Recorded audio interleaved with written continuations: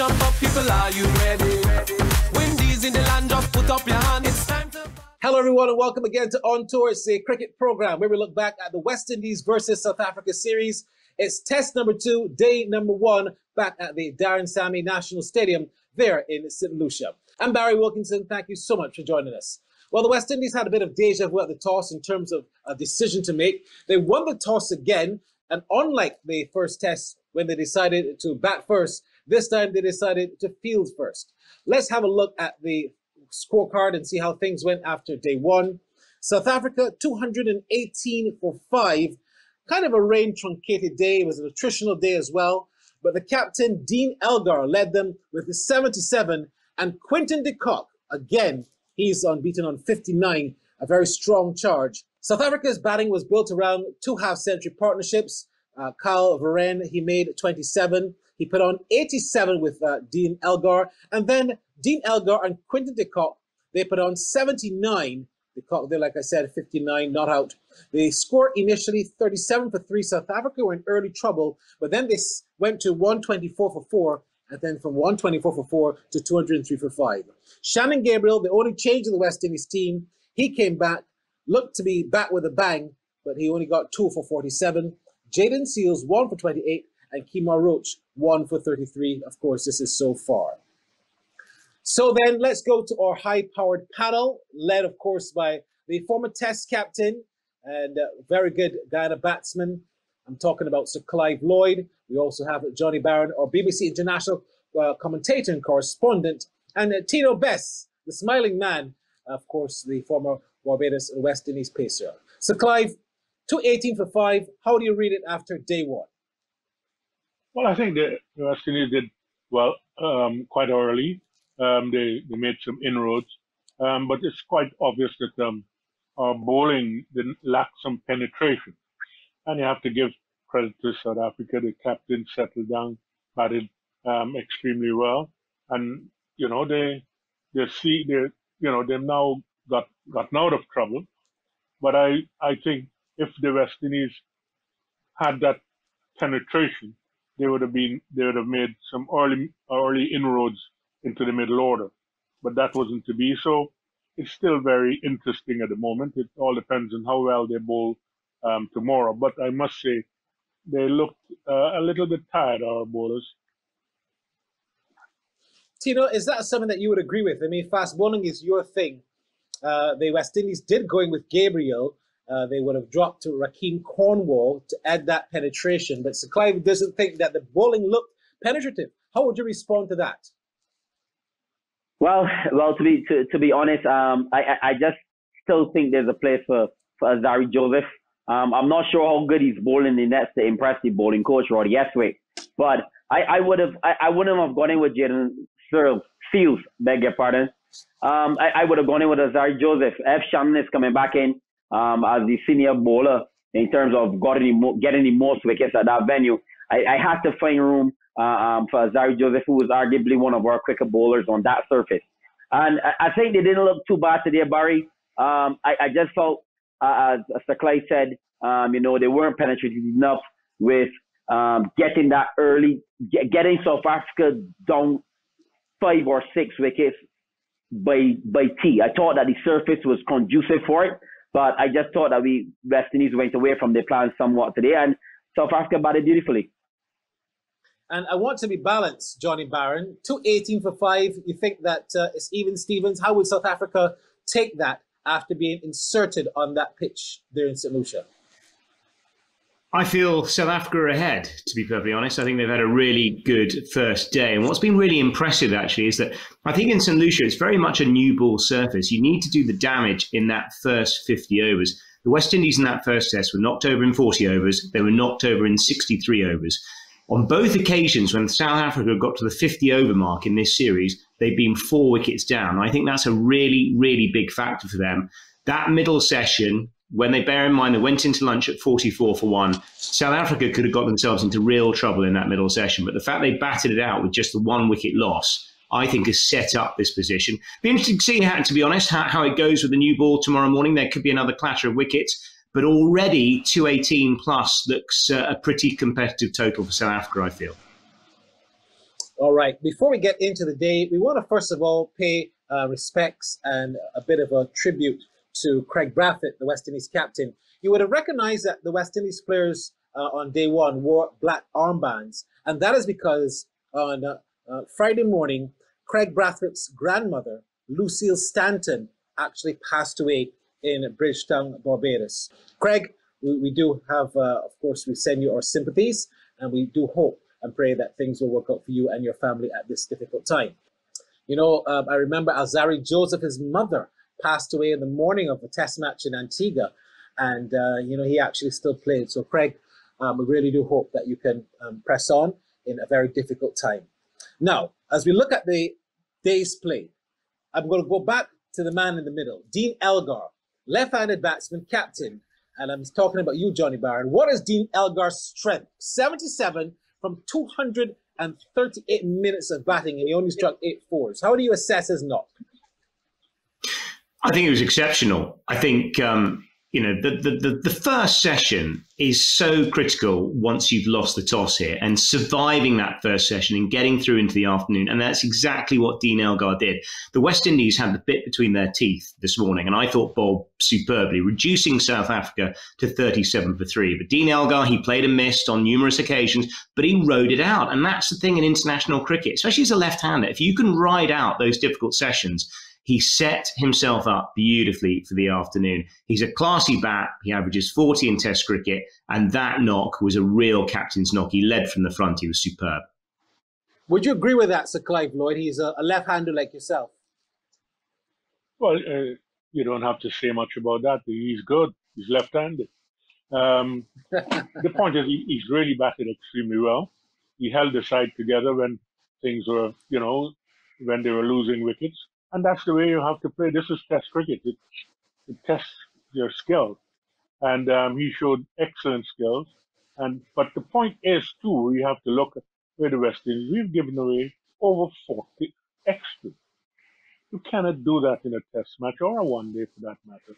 And I think, you know, if we had done much better in that respect, they probably might not have had as many runs. So I think that South Africa rode out the storm, and they put themselves in a very good position tomorrow. Tino, there was another left-hander who continues to be a pain for the West Indies. Scored 100 in the last test, and now he's on his way with 59 not out. I'm talking about Quinton de Kock. Really good partnership with Dean Elgar. How do you assess Quinton de Kock? Because he seems to be enjoying himself batting in the middle, especially now he's free to the captaincy. Yeah, Quinton de Kock is a class act. Look, he had a horrible series against Pakistan, and he's coming against the West Indies. And what is really impressive about his knock as well, these two innings so far in the last test and in this test match so far, is just he's being positive. He's put away all the bad deliveries, Barry, and he's batting, and that's what you want to see. You want to see a batsman batting on difficult surfaces and making ugly runs. I just want to go back to Dean Elgar. And what Sir Clive said last week, you got to make ugly runs. And that is what the Elgar did today beautifully. And Quinton de Kock, who's a natural stroke player, he took a lot of pressure off the captain. And he batted marvelously. And he looks good. And he's a big danger tomorrow. West Indies need to get him out early with that new ball, or he's going to score a big one. You're right. You're really right. 218 for 5. You're watching On Tour. When we come back, we're going to break down the West Indies bowlers and analyze them, especially Shannon Gabriel, who's back in the team at a ground that he does pretty well on. You're watching On Tour on FlowSports. We'll be right back. To the top, it's time to jump up. People, are you ready? Windies in the land, just put up your hand. It's time to jump to the top, it's time to jump up. People, are you ready? Windies in the land, just put up your hand. It's time to...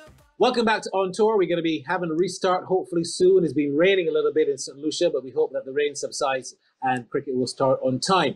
Well, Tina, I'll come back with you because, like I said, you're the fast bowling maestro. At least you build yourself up as that. Look, the fast bowling. Day one, Shannon Gabriel back in the team. Perhaps many might argue he didn't do anything really to get back in the side besides his reputation, especially in St. Lucia, which is pretty good. How do you assess Shannon Gabriel? after day one. He also had a number of extras as well in terms of spraying the ball down the leg side for a number of wides. How do you assess it? I think we're going to grade him with a 10, but I will go with a 5.5. To be honest, he's rusty. He doesn't look match fit at all, and that's why he's one of those bowlers having the opportunity to open the bowling with Shannon in international cricket. He's one of those bowlers that goes on rhythm, and he needs one or two warm-up games leading into a test series to be on point.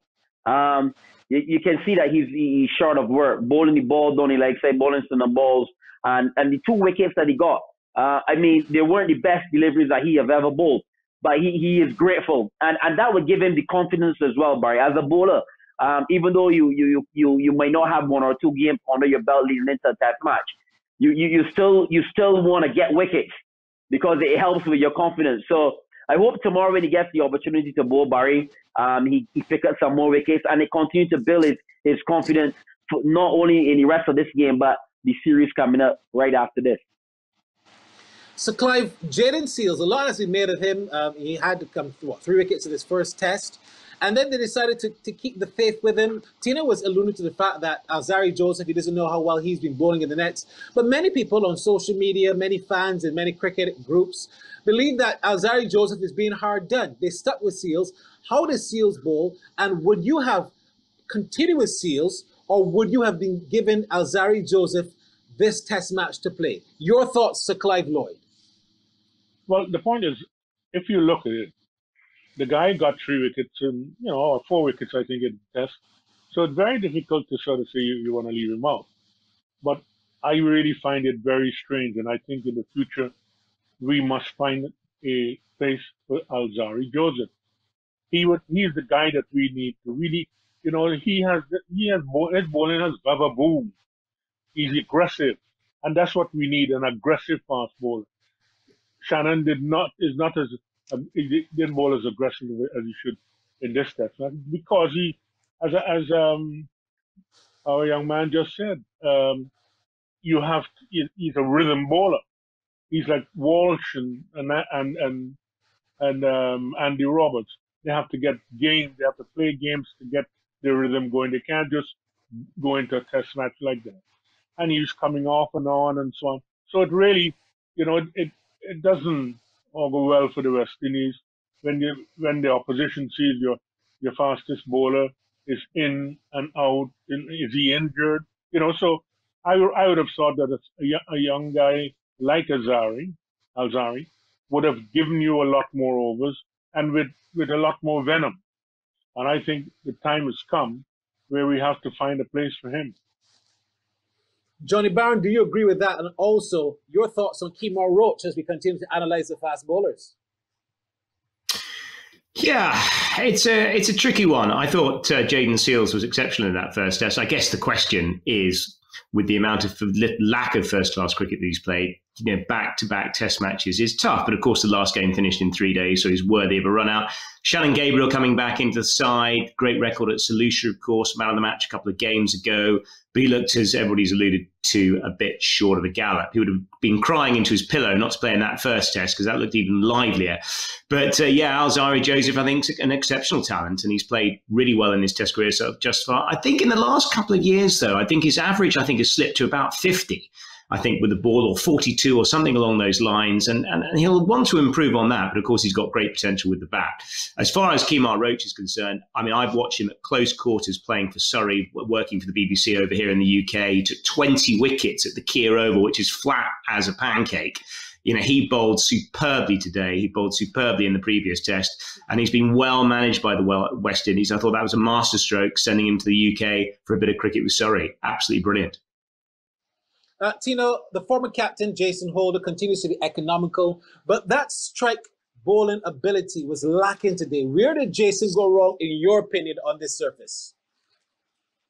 To be honest, Barry, before I get to Jason, I want to just make a point. Look, yeah. When the thing for me talking about Alzarri, I don't think that the bowling coaches of the West Indies have worked hard enough with Alzarri and developed him at all. I think he has actually regressed, Barry. And if we're being honest, If you really be honest, Azari was one of our brightest young cricketers in the last 3 to 4 years Yes. as a fast bowler, and he has not gotten to that level yet. What is hampering him? And that is the question that everyone is asking. What are the bowling coaches doing to enhance, to make this young man better? Because really and truly, when for instance, with Otis Gibson, he has always improved our fast bowling stock. He's done a tremendous work with Shannon, Kimar, myself. I was an old horse when I came back around Gibson, and I bowl my best around Coach Gibson. These are the kind of bowling coaches that we need to get around West Indies bowlers to improve our young bowlers for sure. But that's a whole different ball game. But coming back to Jason, I just think that Jason, at the end of the day, is one of those bowlers that need games as well. From playing with Jason and stuff. I don't think Jason played any cricket like how Kimar went into England and played cricket. Jason was, I think, playing a little bit of IPL, and he was on the bench in IPL. You can't play IPL and prepare as a fast bowler for Test cricket. So I think that he looks short of work, and he looks like he's regressing with his bowling, and that is something that Roddy Yeswick and the bowling staff have to take in serious consideration about these young bowlers, because the talent is there. It's all about, are these guys coachable? Are they listening to what Roddy Yeswick is saying? So at the end of the day, you got the side of the bowling coaches and the side of the players. So I hope that it gets worked out, and these bowlers can continue to grow. But the biggest disappointment in this series is Azari Joseph not getting that opportunity for that extra pace on these surfaces. Excellent submission there, Tino Best. When we come back on tour, we're going to hear from the players and also from the gentlemen before we wrap it up and toss you to cricket. Stay with us. To the top, it's time to jump up. People, are you ready? Windies in the land, just put up your hand. It's time to the top, it's time to jump up. People, are you ready? Windies in the land, just put up your hand. It's time to... Welcome back then to On Tour. Kyle Varenne, he only made 27, but he was in a very important partnership with his captain, Dean Elgar. Let's hear from him. As far as batting out there was concerned, it looked extremely difficult. Just take us through what was the most difficult parts of it. Yeah, it was quite tough. There's obviously, I don't know if you guys can see on the TV, but there's been quite a lot of weather around throughout the day. I think the start was delayed with a bit of rain, and there was quite a lot of rain yesterday as well, which made the wicket didn't really see any sunlight. So yeah, it was a bit tacky in the morning. Obviously, with the overcast conditions, there was quite a bit of swing about, and then after lunch, when the wicket started firming up, it started sort of just moving a little bit quicker off the wicket. So that was sort of the challenges that we faced. Obviously they got a really, really skillful bowling lineup, and I think they're really good at using the Duke's ball to their advantage. So they made scoring quite tricky. But that's pretty much it. Just the overcast conditions and the fact that the pitch was a little bit, lacked a bit of sunlight and was still quite tacky in the beginning. You seem to you were out there for a long time with Dean Elgar, and then there seemed to be a lot of communication between the two of you. Can you kind of summarize what was the conversation about, more or less? I think a lot of it was just obviously we have game plans and stuff going into every match, and I think a lot of it was just obviously I'm in my second Test match. There's not a lot of experience there, so a lot of it from Dean was just sort of reminding me to stick to my processes, just keep doing what I'm doing. Obviously, with the conditions difficult and stuff, you don't want to focus too much on scoring runs. It's all about spending time out there in the middle. So it was just messages from him, just reminding me to just sort of stay patient, stick to the processes. Just remember the chats that we've had throughout the week, and just don't do anything different. Just stay boring and just spend time out in the middle. Thank you so much there from Kyle Varenne. So, gentlemen, as we wrap up and get ready to hand back over to the live action, I'll start first of all with you, Sir Clive. The West Indies, what must they do to wrap things up? And South Africa, how much would you think they'll be happy with as a good score on this surface? Well, first, Barry, before I go, I would like to speak a little bit about Alzari in the sense that he's played for 5 years and he's only played 14 Test matches. I think that is ridiculous. And that is why I suppose this guy is not, we're not seeing his potential. And if he has 5 fast bowlers in his island, I think they should be able to help him along, really. and I'm hoping in the future that they find a place for him. The other thing is Kyle Mayers. Kyle Mayers looks like a very good all-rounder. He's bowling extremely well. I think this is a guy that we must help in the sense that he could be an all-rounder for us, and he will get wickets because he swings the ball, and he's not just a net bowler. So we have to work with him. But coming back to the game, I would think South Africa could be looking for 300 odd. It's quite obvious they have the new ball, and we have to make some inroads there and try and get them out as early as possible. And then game is on because the wicket is devoid of grass. So I think it might be a much better, and the bounce might be more in our favor, hopefully, depending on the type of roller they put on. So it's an interesting second day, and I hope that the West Indies will get their act together and try and dismiss these other 5 wickets as quickly as possible. Johnny Barron, similar situation in terms of 18 for 5, and then South Africa, they sneaked to 322. You think they'll be happy with that kind of score again if they can get 322 or even 350? Yeah, it'll be interesting to see how it goes tomorrow morning. I think the average first innings score in St. Lucia is 339. Anything around that figure for you feel will be huge, especially having lost the toss. From West Indies' point of view, early wickets and ideally batting by lunch. That'll be the key. I think if South Africa extend their innings into the afternoon, I think it spells real trouble for the West Indies. Tino Best, last word with you. They need wickets, as Barry and Saklai alluded to. If they are still bowling after lunch, Barry, it's trouble. That is looking at 400 runs on that surface. And I think with that bowling lineup of South Africa, it spells trouble for West Indies. They have to get wickets. South Africa have to go to lunch. If not all out, 8 or 9 down. All right, wonderful stuff. Well, gentlemen, thank you so much for joining us on tour. We'll be back, of course, with much more highlights and analysis tomorrow.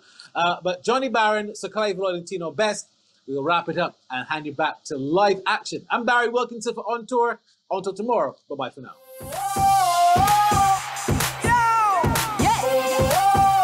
West Indies.